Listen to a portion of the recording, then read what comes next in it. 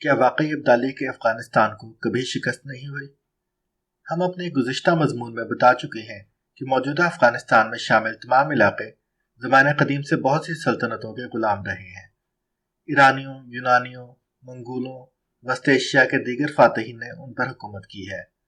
آج ہم جدید ریاست افغانستان کی بات کرتے ہیں، جس کا بانی احمد شاہ ابدالی کو قرار دیا جاتا ہے۔ احمد شاہ ابدالی ایک عظیم بادشاہ تھے۔ وہ تاریخ کے ان چنیدہ بادشاہوں میں سے تھے جنہوں نے تاریخ کا دھارا بدلا۔ زمانہ عروج میں احمد شاہ ابدالی کے افغانستان کا رقبہ 20 لاکھ مربع کلومیٹر تھا۔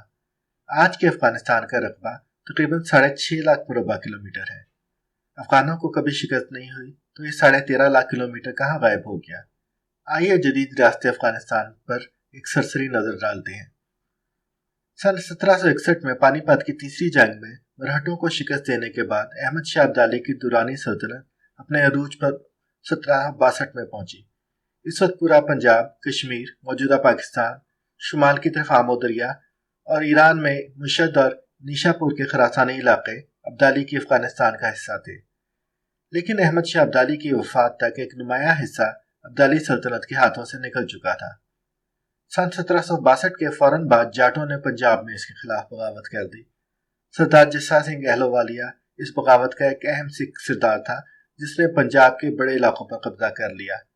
بغاوت کو چلنے کے لیے احمد شاہ ابدالی نے 1764 میں انڈیا پر 7واں حملہ کیا۔ اب سکھوں نے وہی کیا جو طالبان نے امریکہ کے ساتھ کیا تھا۔ وہ کھلے میدان میں مقابلہ نہ کرنے کی سکت پا کر غائب ہو گئے اور اچانک حملے کر کے مسلسل غائب ہوتے رہے۔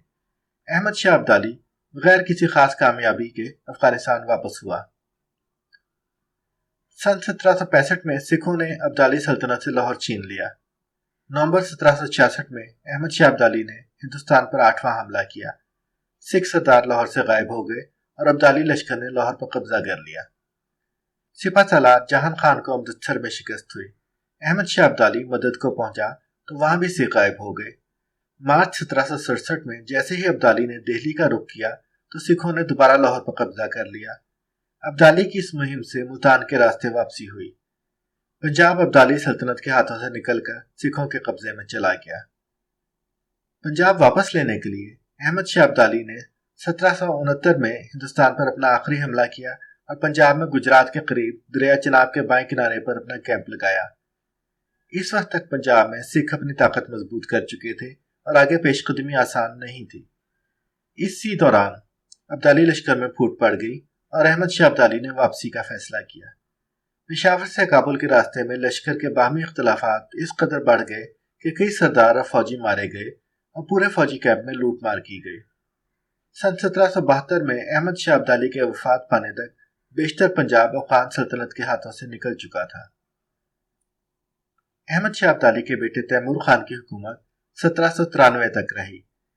اس دوران شمال میں امیر بخارا اور ہندوستان میں سکھ سردار ابدالی سلطنت کے علاقوں پر قبضہ کرتے رہے۔ 1795 میں قاجار خاندان کے بانی آغا محمد خان قاجار نے خراسانی علاقے مشہد اور نیشاپور افغانوں سے چھین لیے۔ احمد شاہ ابدالی کے پوتے محمود شاہ درانی کے زمانے میں 1813 میں وزیر اعظم فتح علی اور دوست محمد خان کی قیادت میں ایک بڑے افغان لشکر نے مہاراجہ رنجیت سنگھ سے اٹک کا قلعہ واپس لینے کے لیے حملہ کیا۔ اسے رنجیت سنگھ کے مایہ ناز جرنیل دیوان محکم چند نے شکست فاش دی۔ سن 1818 میں مہاراجہ رنجیت سنگھ نے ابدالی حکمرانوں سے ملتان چھین لیا۔ سن 1819 میں مہاراجہ رنجیت سنگھ نے افغانوں سے کشمیر بھی لے لیا۔ سن 1823 میں نوشہرہ کی جنگ کے بعد پشاور بھی سکھ سلطنت کا حصہ بن گیا۔ یہ تخت لاہور اور افغان سلطنت کے درمیان ہونے والی آخری اہم جنگ تھی۔ اس کے بعد جمرود کی جنگ میں امیر دوست محمد خان نے پشاور واپس لینے کے لیے حملہ کیا، مگر جنگ نتیجہ خیز ثابت نہ ہو سکی۔ ہاں، سکھوں کو ایک بڑا دھچکا ضرور پہنچا جب ان کا اہم ترین جرنیل ہری سنگھ نلوا اس جنگ میں زخمی ہو کر مارا گیا اور مہاراجہ رنجیت سنگھ کا جلال آباد اور کابل پر حملہ کرنے کا خواب ادھورا رہ گیا۔ سن 1849 میں پنجاب کی سکھ سلطنت کا انگریزوں کے ہاتھوں خاتمہ ہو گیا۔ انگریزوں اور افغانوں کی پہلی لڑائی 1839 سے 1842 کے درمیان لڑی گئی۔ یہی وہ جنگ تھی جب افغانستان کو سلطنتوں کا قبرستان ہونے کی شہرت ملی۔ برطانیہ کو یہ خطرہ تھا کہ افغانستان کہیں روس کے ہاتھ میں نہ چلا جائے اور یوں اس کی اہم ترین کالونی ہندوستان براہ راست روسی سلطنت کے ساتھ نہ جڑ جائے۔ برطانیہ نے سفارتی اور فوجی دونوں طرح کی حکمت عملی سے کام لینے کی کوشش کی۔ سفارت میں ناکام ہونے پر افغان امیر دوست محمد خان کی جگہ شاہ شجاع کو تخت نشین کرنے کے لیے لشکر بھیجا گیا۔ 1839 میں انگریز لشکر قندھار میں داخل ہو گیا۔ افغانوں کا مضبوط دفاعی مرکز غزنی بھی آسانی سے انگریزوں کے ہاتھ آ گیا، اور پھر کابل پر قبضے کے بعد شاہ شجاع کو تخت نشین کر دیا گیا۔ امیر دوست محمد خان نے پہلے بلخ اور پھر بخارے کا رخ کیا۔ وہ قید ہوا اور فرار ہو کر انگریزوں کے خلاف لڑنے واپس افغانستان آ گیا۔ نومبر 1840 میں دوست محمد خان نے ہتھیار ڈال کر خود کو انگریزوں کے حوالے کر دیا اور اسے ہندوستان بھیج دیا گیا۔ انگریزوں کے خلاف شورش برپا ہوتی رہی۔ افغانوں نے انہیں سکھ کا سانس نہ لینے دیا۔ انگریز پولیٹیکل ایجنٹ سر ولیم میکناٹن افغانوں کے ساتھ صلح کی بات چیت کے دوران قتل کر دیا گیا۔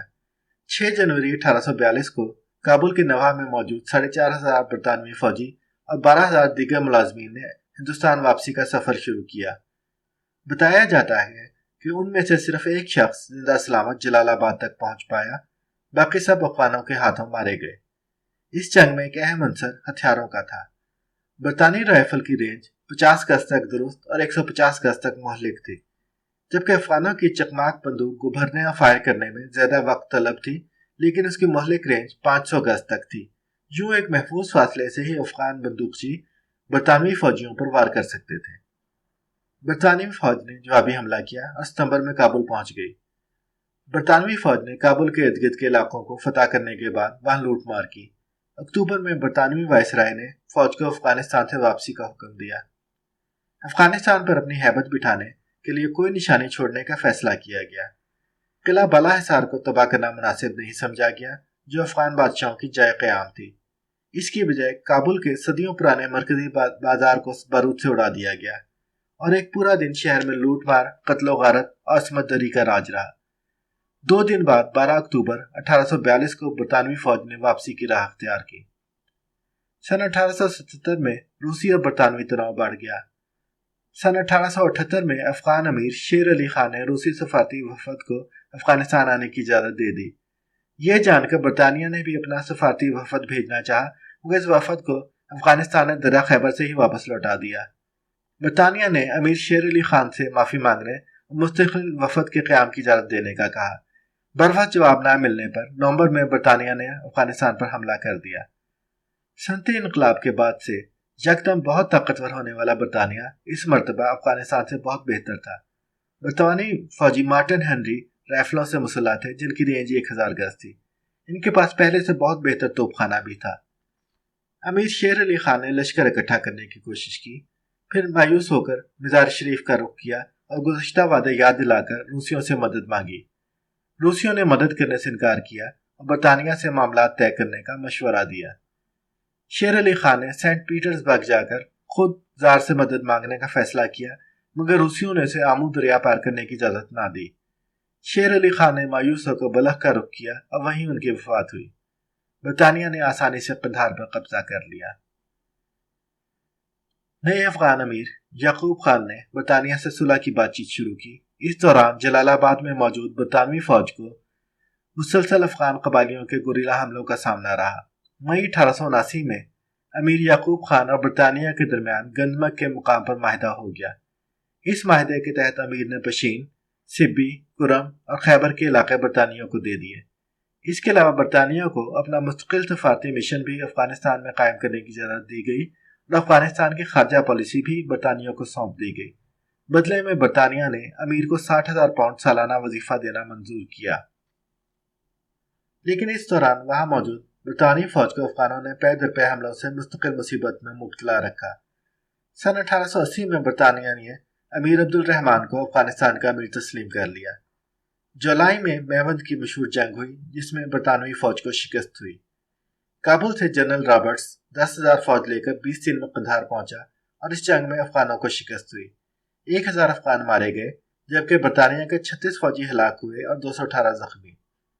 برطانوی فوجیں افغانستان سے واپس ہندوستان آ گئیں۔ سن 1885 میں روسی فوج نے ہرات کے علاقے پر حملہ کیا اور افغانوں کو شکست دی۔ برطانیہ نے امیر عبد الرحمان سے معاہدے کے تحت ایک بڑی جنگ کی تیاری شروع کر دی اور روسیوں کے پاس ایک سفارت بھیج کر اسے خبردار کیا۔ دونوں طاقتوں نے آپس میں الجھنے سے گریز کیا۔ روسی اور برطانوی سفارتکاروں نے افغانستان کی شمال مغربی سرحد کا تعین کیا۔ سر مارٹیمر ڈیورنڈ نے 1893 میں افغانستان اور ہندوستان کی سرحدوں کا تعین کرنا شروع کیا۔ 1895 میں واغ خان کا علاقہ برطانیہ نے اصرار کر کے بلکہ امیر عبد الرحمان کو نذرانہ دے کر افغانستان میں شامل کیا تاکہ انڈیا اور روس کی سرحدیں کسی بھی جگہ آپس میں نہ مل پائیں۔ مئی 1919 میں امیر امان اللہ خان نے تیسری انگلو افغان جنگ چھیڑی۔ ابتدائی افغان کامیابیوں کے بعد برطانوی جوابی حملے نے یہ سلسلہ روک دیا۔ پھر جب برطانوی ہوائی جہازوں نے جلال آباد اور کابل پر بمباری کی تو امان اللہ خان کو نیا ہتھیار دیکھ کر ایک شوق لگا۔ اس نے برطانوی وائسرائے سے احتجاج کیا کہ برطانیہ نے لندن پر جرمن زیپلن ہوائی حملوں کی مذمت کی تھی، لیکن وہ خود بھی کم وحشی نہیں ہے۔ ایک مہینے کے اندر اندر دونوں ملکوں میں معاہدہ امن ہو گیا۔ امان اللہ خان کو برطانیہ نے گزشتہ معاہدے میں طے کردہ پیسے دینا بند کر دیے، ہندوستان سے اسلحے کی برآمد روک دی اور ڈیورنڈ لائن کو مستقل سرحد ماننے پر مجبور کر دیا۔ لیکن بدلے میں امیر امان اللہ خان نے برطانیہ سے اپنی مکمل خارجی اور داخلی خود مختاری حاصل کر لی۔ یہ افغانستان کی موجودہ سرحدوں کا تعین ہوا۔ سن 1762 میں احمد شاہ ابدالی کے عروج کے وقت موجودہ ریاست افغانستان کا رقبہ 20 لاکھ مربع کلومیٹر تھا۔ آج یہ رقبہ 6.5 لاکھ مربع کلومیٹر رہ گیا ہے۔ 13.5 لاکھ مربع کلومیٹر سکھوں، انگریزوں، ایرانیوں، سلطنت بخارا اور روسیوں سے شکست کھانے کے بعد ان ملکوں میں شامل ہو گیا۔ افغانستان آج بھی ڈیورنڈ لائن کو نہ ماننے کا کہتا ہے اور گویا یہ تسلیم کر رہا ہے کہ وہ یہ علاقہ گنوا چکا ہے۔ اس تناظر میں یہ کہنا درست نہیں ہوگا کہ افغانستان کو کبھی شکست نہیں ہوئی۔ ہاں، یہ کہنا درست ہے کہ احمد شاہ ابدالی نے جب جدید افغان سلطنت قائم کی تو اس کے بعد سے موجودہ باقی ماندہ ریاست افغانستان میں شامل علاقوں پر کوئی دوسرا ملک قبضہ نہیں کر سکا۔ افغانوں کی مزاحمت ناقابل شکست ثابت ہوئی، لیکن اس کی افغان عوام نے بہت بڑی قیمت چکائی۔ دوسرے ملکوں کے قبضہ کرنے میں عدم دلچسپی کی ایک وجہ شاید یہ بھی ہے کہ قدیم زمانے میں افغانستان اہم تجارتی راستوں پر واقع تھا۔ جدید دور میں بری کی بجائے بحری اور فضائی تجارت پر انحصار ہونے کے باعث افغانستان کی وہ اہمیت باقی نہیں رہی کہ ادھر قبضہ کر کے کوئی دوسری ریاست ایک بڑی انسانی اور مالی قیمت چکائے۔ نہ سوویت یونین کو افغانستان میں قبضہ کرنے میں دلچسپی تھی، نہ ہی امریکہ کو۔ گریٹ گیم شروع ہونے سے پہلے جن سلطنتوں نے افغان ریاست کے علاقوں پر قبضہ کرنا چاہا انہوں نے کیا۔ گریٹ گیم شروع ہونے کے بعد سے بڑی طاقتوں کی دلچسپی صرف یہ رہی ہے کہ افغانستان میں کوئی ایسی حکومت نہ آئے جو ان کے مفادات کو زد پہنچائے۔ اس لیے بلا وجہ افغانوں اور پشتونوں کو جنگی جنون میں مبتلا کرنے کے بجائے ان کے ساتھ تعاون کیا جائے کہ وہ امن اور ترقی کی راہ اختیار کریں۔